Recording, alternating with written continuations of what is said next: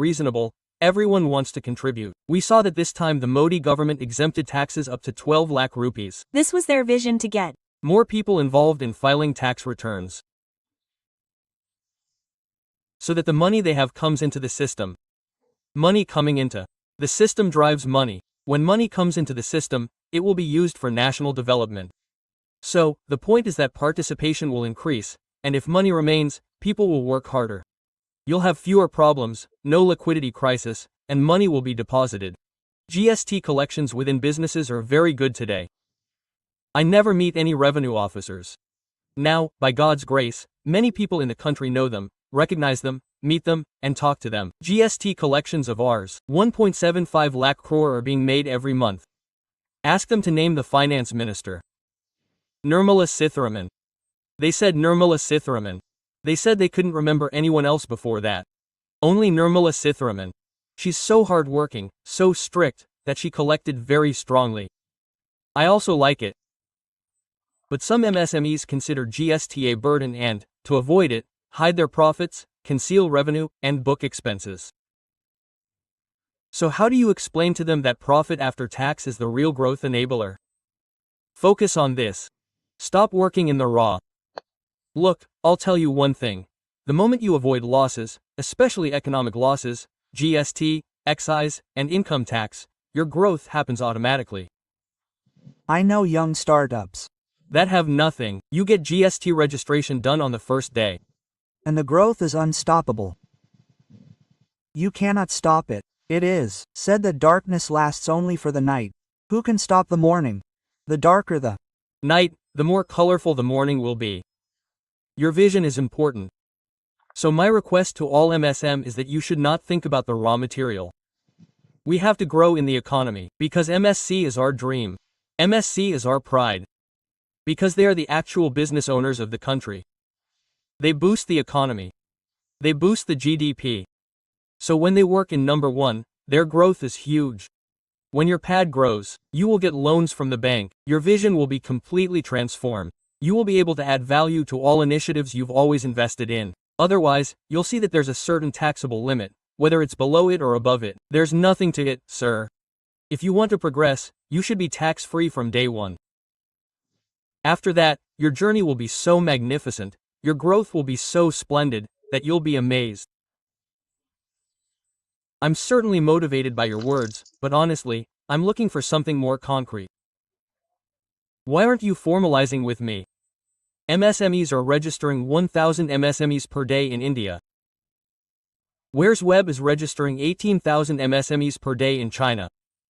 Why aren't they registering here? Because they think they'll benefit from saving taxes. I want to know how you'll demonstrate greater profit, by saving taxes or paying taxes. As I explain, if you pay taxes, you can go for an IPO, you can raise money later, you can gain exposure to the equity market. I'd like to hear a little more from you about this. Look, 10 years ago, when clients came to you to file their tax returns, you'd tell them to declare their full returns, which were their profits. The reason was, you want to buy a house, you'll get a home loan. If you're eligible, you'll get an education loan. If you want to send your child abroad to study, you'll get one. People understood that. Today, this is the message we need to give to MSMEs. If they need a loan, there's no growth without loans. If you want to grow magnificently, you must have losses. When will you meet those losses? When you pay taxes. When you have payback capability. When will you have a profit? When will you generate profits? When you pay taxes. It's a matter of vision. And the most tragic thing about this is that some MSMEs spend 5 or 10 years in this opposition, deciding whether to do something or not, and then they grow up. If they hadn't wasted their initial 5, 6, 10 years, where would they be today? I'd give this message to all MSMEs. Very good, nice, believe in whatever structure exists. That belief will take you forward. It will put you at a perspective where you start understanding how you have to perform and how you have to grow. Look at the case studies of MSMEs that grew, the startups that became unicorns. They were those who believed in compliance from day one. Those who did everything, got their PAN, got their TEN, got their GST number, and continued to progress. Those who got stuck here will keep thinking about these things and won't be able to focus on their core business. You're also coming to our next event. We run a campaign called the Gala Chodo campaign. The meaning of the Gala Chodo campaign is that as long as you sit on the street and keep sitting, your business won't grow. Complete your compliances.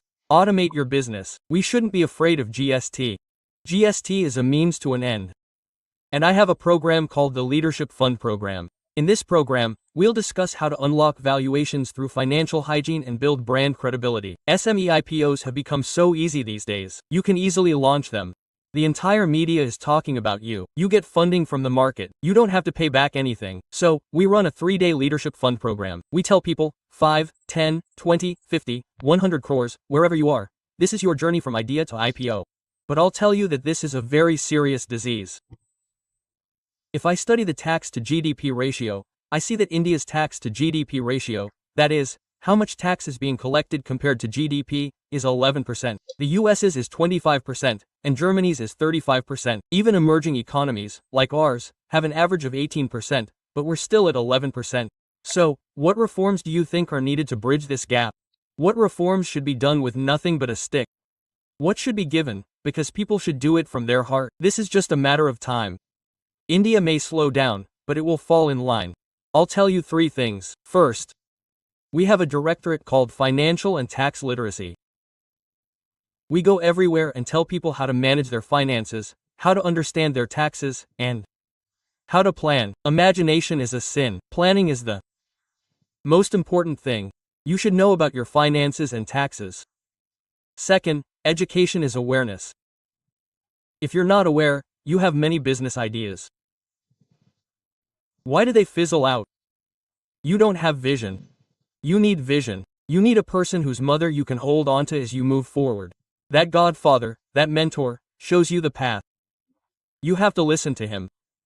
And the third and final thing. When you don't understand something, you should leave it to a wiser person. Those who grew and grew tell you that the purpose of their growth was to enter the formal economy directly. Believe them.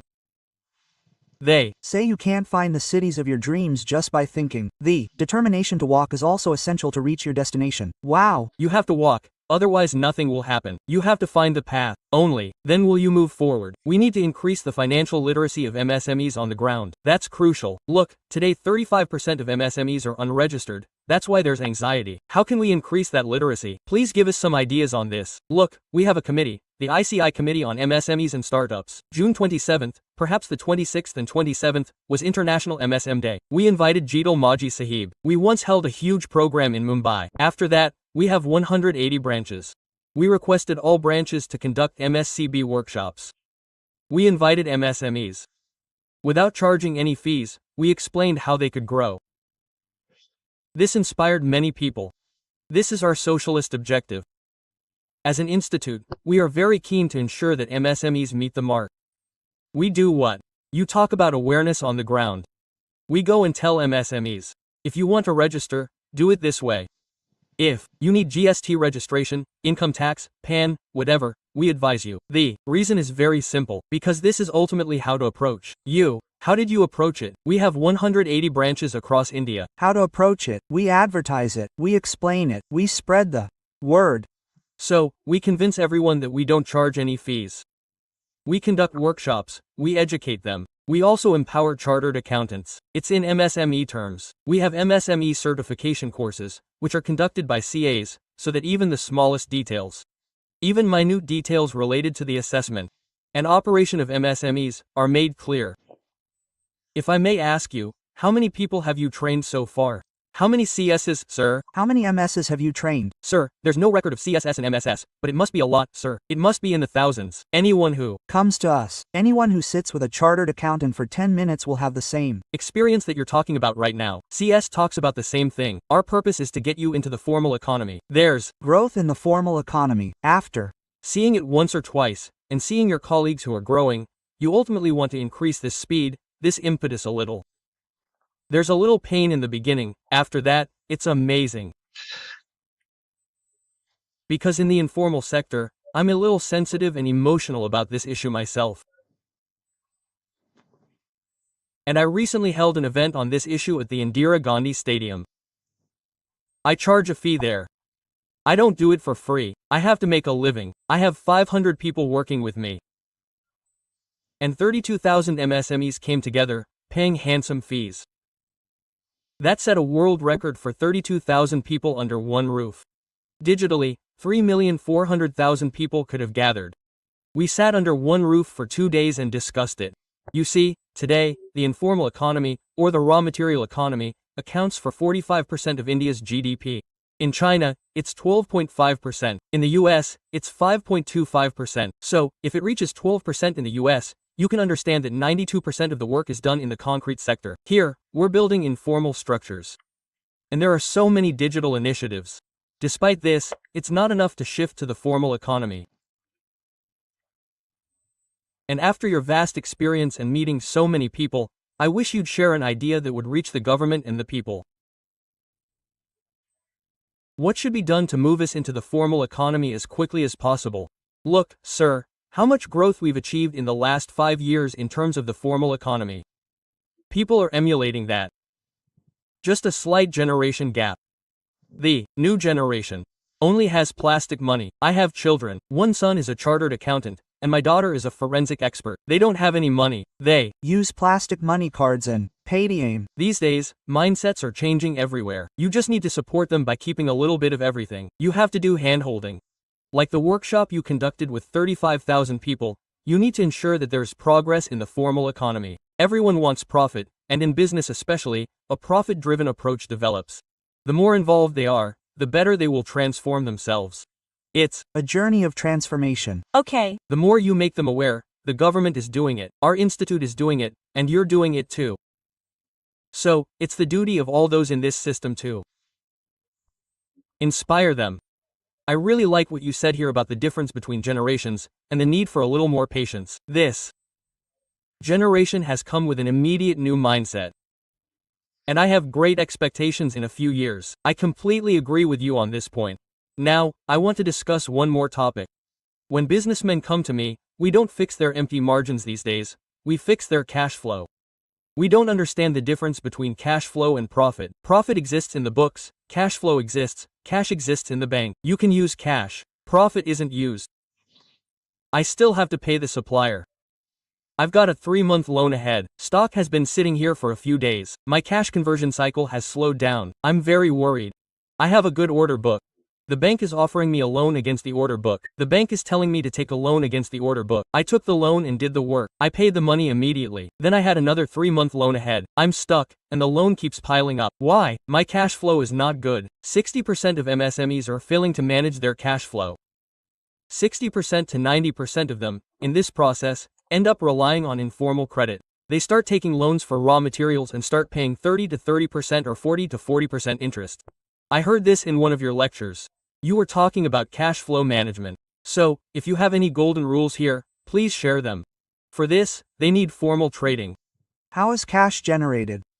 In which cycle do we rotate it again? The boss is absolutely right in saying that they see profits far ahead. That's why they're willing to pay 30 to 40% interest even when they're still short. Profit is visible. This is the biggest disadvantage. Within profit, there are many expenses that you don't see, of which interest is a significant expense. So, you need to understand 3 things about cash flow. First, We need to create a healthy cash flow system to be followed religiously. The government has provided them with many facilities. If you don't give money to MSMEs, you have to pay interest. If you borrow money from someone, you don't get many benefits. If you give money to MSMEs, you don't get many benefits. You need to understand all of these. Second, Cash is a risk. when you trade with people who have an unmatched reputation and a Proven track record, there's no problem. Third and last, the government and nationalist banks provide loans to MSMEs at very affordable rates. You'll need to set yourself up a bit to qualify for those loans. yes, you will qualify. Yes, you are eligible. As you're talking about, many people are still in the cash economy, so they don't qualify. If you operate in the cash economy, you'll have to borrow cash at a higher rate. And if you operate in a formal system, the government will provide you with cash and insure you against losses. So, diligently following the policies made by the government of India and staying abreast of them leads you to progress. And, I'll share one more thing. I always add my 2 cents of value to you, saying, brother, when you save tax, you save 30 paise in 1 rupee. But if you had paid that tax, sacrificed that 30 paise right now, you would have gone into the stock market, and that 30 paise would have become 30 rupees. The multiple you get there, the market gives you a multiple of your growth. The problem is that they think it's due to financial literacy. Look at bookkeeping today, 80% of small businessmen aren't doing it properly. They have an accountant who pays them 18,000 rupees for bookkeeping. Now that accountant practices minimal hygiene. If you advise someone, friend, this hygiene practice should not be abandoned at all, this one should be paid utmost attention to, then what are those 2, 3, or 4 things that someone should be paying close attention to? Look, Bijla Sahib, there's a very good Urdu couplet. Only if you search for a home will you find the path. Destinations don't come on their own. When you talk about bookkeeping, go for computerized bookkeeping. Your cash flow can't be positive. If you practice computerized bookkeeping religiously for 2 years, you become a master. Entry is easy, and with the advent of artificial intelligence, it even does the entry. You get a robot to do your entry, and it's not too expensive. We are a robot that does all your entry, a robot that creates the entire balance sheet. When you leave the formal economy, when you enter a formal economy, you love everything. In the formal economy, you hide everything. So, if you make books of account in the true sense, so that there are no problems, then your progress begins. So, my request is that you pursue computerized accounting. Engage someone who will charge less and won't be a burden to you. You will get clear-cut management information reports on everything. If you want to see your creditors, debtors, and specific debt, you can see it from the balance sheet. It's not necessary to be financially literate. A little basic training will be provided by the person providing the services, and you'll understand where you're headed. I'm not criticizing any profession. But I apologize, I'll say this, a lawyer or a doctor makes money from someone's suffering. A chartered accountant makes money by making others happy. And they also provide training. Now, even if some people enter the formal economy, they say, after watching this video and listening to Nanda Ji, I've developed a conviction. When something doesn't make sense, Nanda Ji says, go to a wise man. And the wise man explains, brother, do it for real. Today, you've suffered 2 or 3 years of pain. You'll have a lot of happiness in the future. The current credit gap for Indian MSMEs is estimated at 30 lakh rupees crore. A good point is that you're also talking about government schemes. You're also saying there are schemes. Your organization is also doing a lot of work. This includes the ICICI Bank's Government Credit Guarantee Fund. We see that there's also the Mudra loan, but its adoption is very low. Despite all the various benefits, adoption is still low. So why do you think MSMEs aren't able to take full advantage of these schemes? What suggestions would you have? I know it's an issue of awareness. It's an issue of faith. Some people think that by taking a loan out of pocket, everything will be sold. This is their thinking. The more awareness we create and the more willing they are, the more progress we will make. They lack knowledge of the banking system. They feel nervous about how to apply for a loan. So, they will have to create a system that allows them to pay at a lower interest rate. This will increase their profit margins and also relieve them of undue pressure. Banks don't impose undue pressure. Private money lenders come after you. So, if you work on all these things, then they will be able to achieve greater heights. We need to emphasize these methods. We need to tell them. Whenever we conduct any training program, emphasize the ways of having credit. What is bank credit like? What are the rates? What are the special features available to MSMEs? What special facilities are available? If we analyze all of these, we will be able to understand and use them better. We also help our clients a lot in getting loans. Right now, everyone is very fond of OCD, which is an optional convertible debenture. They take money today and don't return it in full. When the listing reaches the stage, they convert it into equity. There are many solutions. Nowadays, many chartered accountants are also joining us, bringing their clients with them. We help them. Chartered accountants also grow from this. Our clients also grow. We work with MSMEs on idea to IPO initiatives, taking them from idea to IPO. We don't need a large number of clients. We develop a limited clientele. The rest of the country will progress alongside. Sometimes, credit ratings are a challenge. Credit ratings are crucial for securing better terms. So, for the CA fraternity, I want to ask you what suggestions you would like to offer to MSMEs to enhance their creditworthiness. Our institute's purpose is to enhance audit quality. We advise the client on any shortcomings. If they become aware of their shortcomings after an audit and take action, the enhanced audit quality will strengthen their books so much that they won't have any problems. What do? We simply comment on the books, but delve deeper into that comment and address the shortcomings. Structure cash flow. Synchronize it. We have a lot of progress ahead.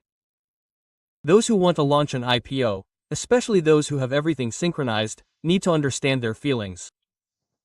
Look, the government has provided us with such a good platform for IPOs.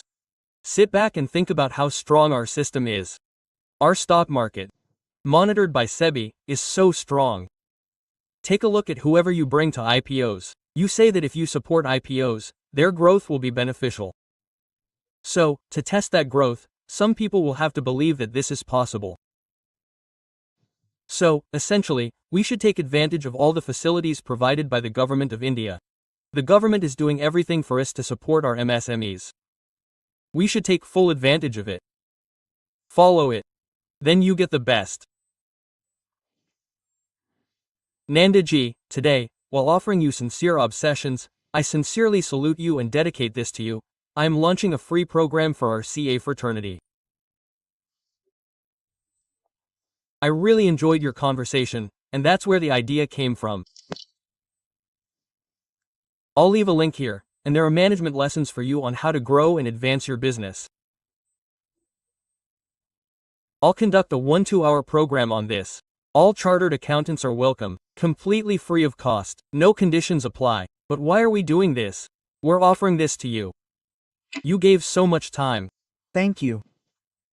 I'm also saying this because, in many places, chartered accountants, even in Tier 2 and Tier 3, are being exploited by those who know how to spot revenue opportunities, while in many places, they too are struggling. A small example surprised me. I don't know how much loss this will cause, but you can tell me. I've heard that September 15th is the deadline. It's Diwali time. Chartered accountants have to file their returns by this time, so it's no less than Diwali. Everyone has very little time. Everyone is rushing around. But Jio has launched this initiative, making life difficult. They say file your ITR for 24 rupees, right? File your ITR for 24 rupees. I want to ask you, how much impact will this have? It won't have any impact at all these days. I'm hearing, listen to me, those who say, I have nothing for 24 rupees, Jio fine, they're doing a good job. But understand one thing, when you file your tax return, what happens to you? You have a home loan. How will they look at that? You have 3 accounts within your accounts. There's interest on those. How will they look at your savings? There's interest on your FDRs. There are your stock market transactions. Today, through AI, income tax is keeping an eye on your every work. Your every action is monitored. So how will you do it? They will do it by adding a little from your salary. Chartered accountants are indispensable. I say because I'm a chartered accountant of the president of ICAI. I know what they do. Sir, they make a lifelong account of the client. If a client stays with you for 2 years, you get every single thing about him for the next 10 years and for the next 5 years. That's right. In 24 rupees, I have due regard for what they are doing, but within 24 rupees, you can fill one blank form on 16. You cannot bring his returns for anything else. We're focused on tax planning, capital creation for the future, which will help you. If you want to buy a house tomorrow, send your children abroad, or start a big business, you don't get any benefits in all of those things. Well, let me ask this question differently, right? Because I already mentioned that I'm pursuing an MBA and attending RCA. Yes, I want to understand the future a little. Now AI has arrived, and I didn't have that much of a chance. Previously, when a client came to me and needed a pitch deck, I'd call a consultant and say, brother, prepare a complete pitch deck using the DCF method. He needs to raise funds in the market. Previously, he would ask for 100,000 rupees, 700,000 rupees, or 100,000 rupees. Today, with the advent of AI, he's doing that work for 25,000 rupees, right? Even 15 years ago, a cameraman would earn 25,000 rupees a month. Today, just 15 years later, you can get a cameraman for 2,000 rupees a month, right? I'm asking, do you think that this development in AI will reduce the income revenue of chartered accountants if they aren't very intelligent? It won't. Decrease, it will increase. Always remember, artificial intelligence can't compete with real intelligence. CS needs a helper. AI is a helper. We have a committee at ICAI. We launched the AI and ICAI course on July 1, 2024. Today, approximately 25,000 chartered accountants have completed the certification course. And I went to Pune with my entire council. We spent 2 days from morning till evening learning about AI. AI is an enabler. You have the ultimate decision-making power. AI can do no harm. It can help you. It can assist you. It can do whatever you need in 10 different ways. If you say, I want to listen to Vivek Bindra, he creates original styles, depressing styles, inspiring styles, poetic styles. If you look at it, AI shows us a path to follow. How to use that path and how to add value, that Indian mind, which no one but the human mind can do. But will the average transaction value decrease? No, sir, it won't. I think so. The reason is that earlier, when you look at the returns, the ROC used to just file them. Today, they inspect them and add value. Everything will be placed in your hands on a platter. Then you will check where your involvement is. You keep working, writing accounts, doing this, doing that. There is no need. The written text will be presented to you on a platter. This is analysis. If you advise on what needs to be done, quality will be the key. We'll talk about artificial intelligence, blockchain, the Internet of Things, data analytics, cybersecurity audits, and information system audits. There's an emphasis on quality everywhere, so the entire business world will benefit from that quality. This is a topic of today. And the terms you're using, I also say that financial tech is changing so rapidly. So rapid. Data analytics, blockchain, or the way digital payment gateways have grown, India has done wonders. Absolutely beyond measure. Absolutely. Digital currency, yes, it's gone beyond measure. Now, large language models have arrived. Generative AI has arrived. I ask you, how do you see a CA's career 10 years from now? Look, sir, after 10 years, career growth is there. That's not why you're saying you've got all the votes. Absolutely not. I don't need votes at all. I can't contest any election after becoming president. Yes, the person who can become president cannot contest elections again. You are generating so much hope because I have seen the journey of CS. Right, I was born on July 1st, 1949. Before the promulgation of the Constitution of India was passed on January 26, 1950. Yes. From then till today, our growth has been upward. There is a word in Tamil called ekam. Ekam means onward and forward. So we have taken an onward and forward journey. We are conceptual creative professionals. We understand that now the tax season is coming, so we have to work on FEMA. We have to work on PMLA. We have to work on system audits. We have to work in forensics. You will be happy to hear that you told us that initially we promoted 23 forensic standards. The whole world wants to pay us royalties for using our forensic standards. So what have we created? We've created a global forensic standard. Whether you're in Sydney, Frankfurt, New York, or Dhaka, you can use it according to the customs and usage of that particular economy in which it operates. Okay, that's nice.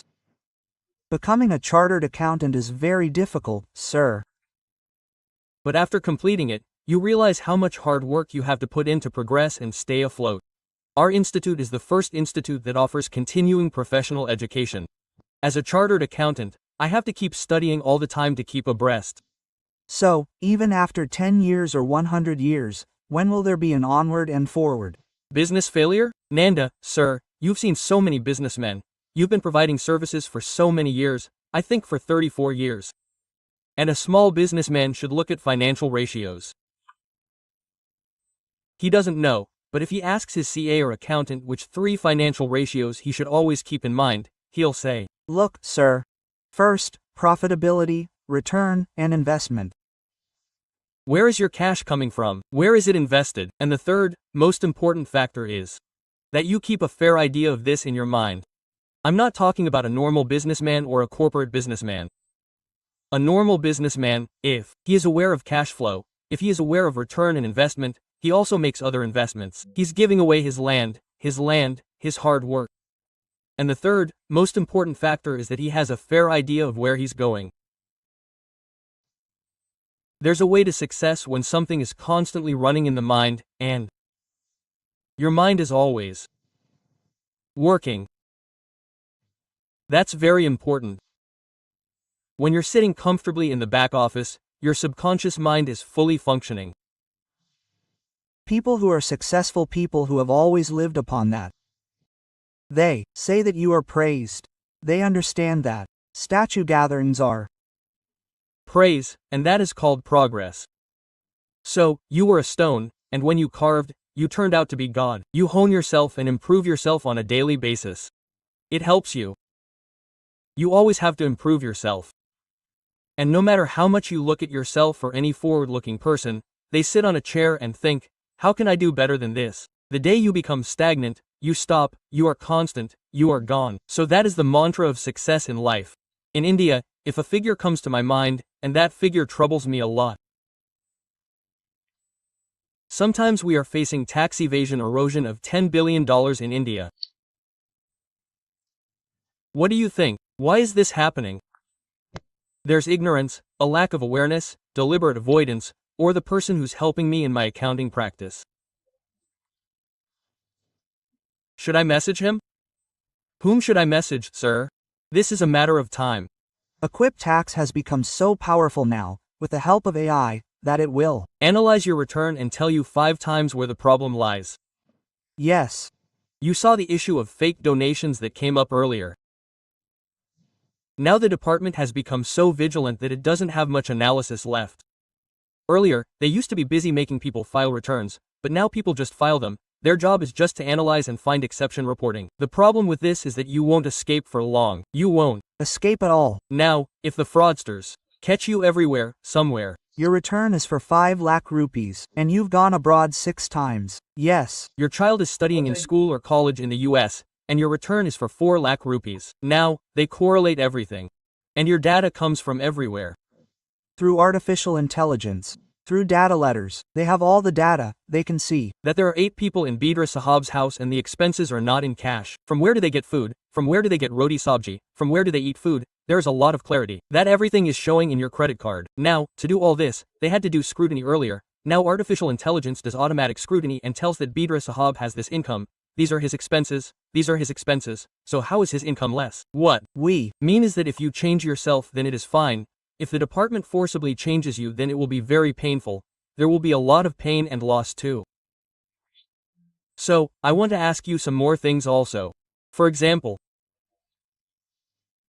now that you're leading ICAI, what do you do to build quality engagement, whether it's the council's policies and standard-setting initiatives, or the attendance of its members, or the engagement of its members? Sir, we have continuing professional education. We create standards. For example, when I told you about information systems, we decided to create information system standards. We have auditing standards. We have assurance standards. We have pay review. When we are with you, like you and I are both in the same business, you review me, I review you. In today's circumstances, you tell me about your shortcomings. There's a lot of transparency. Yes, there's transparency. There's a financial reporting and review board. We've created a system that involves self-evaluation. There's AQMM. There's audit quantity management. We monitor your technology from all angles, whether it's completely up to date or not. We've created a system that automatically runs a CFM. With respect to the industry, we ensure they receive proper education. Our focus areas include derivatives, investment banking, and systems. Wherever we work, they must receive proper continuing professional education. Your council members must have separate departments. There are committees. Yes. You must also have a committee for students who are becoming CAs. Our Board of Studies is responsible for their preparation. There are 2 boards. The Board of Studies Academic and the Board of Studies Operations. Okay. Forget about the entire country, sir. We're developing a syllabus up to the 12th grade. We're concentrating on developing the syllabus for 12th commerce. We have MOS with 92 universities in India. We guide them about commerce education. We have a mutual recognition agreement with international bodies. So, how do you monitor the exam pass rate, the exam integrity measure, the entry standard, the quality, the relevance of the CA course modules, the current CA education, or the accreditation outcome? How do you improve it? We remain fully focused, sir. We will be happy to hear that we have not moderated results downward since 1949. We have this fear. If you ever go to the church gate, there's a sign saying, God never fails. Someone in our group has written it. Let him try the CA exams. They're afraid, but what we produce are the best professionals. Yes, we achieve excellence. Well, we can't afford to get people who aren't very qualified. How do we improve this? You do it better by educating them. For example, when AI started, our Board of Studies started focusing on AI and started telling children how to use AI. We are derivatives. Well, you mentioned somewhere that if something goes wrong, you catch it, resolve it, and fix it. So, regarding professionalism, ethics, and discipline, I wouldn't point a finger at any of these things. I want to ask you with great responsibility.